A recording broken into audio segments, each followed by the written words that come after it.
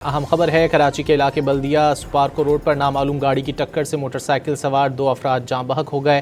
مزید جانیں گے ڈان نیوز کے نمائندے محمد بلال خان سے۔ بلال، کیا تفصیلات ہیں اس حادثے کی؟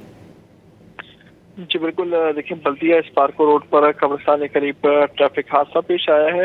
حادثے میں موٹر سائیکل سوار 2 افراد جاں بحق ہوئے ہیں۔ جاں بحق افراد کی لاشوں کو سول اسپتال منتقل کر دیا گیا ہے۔ اس تمام تر حادثے کے بعد پولیس کی نفری جائے حادثے پر پہنچ چکی ہے۔ پولیس حکام کی جانب سے بتایا گیا ہے کہ جاں بحق افراد کی شناخت 60 سالہ عبد المجید جبکہ 30 سالہ عبد الجبار کے نام سے ہوئی ہے۔ جاں بحق افراد آپس میں باپ بیٹا تھے، جبکہ پولیس حکام کی جانب سے واقعے کے حوالے سے بتایا گیا ہے کہ نامعلوم گاڑی کی ٹکر سے موٹر سائیکل سوار باپ بیٹا جاں بحق ہوئے ہیں، جبکہ جو گاڑی ہے حادثے کے ذمہ دار وہ جو ہے موجود نہیں ہے، جس کی تلاش کا عمل شروع کر دیا گیا اور ڈرائیور کی بھی تلاش جاری ہے۔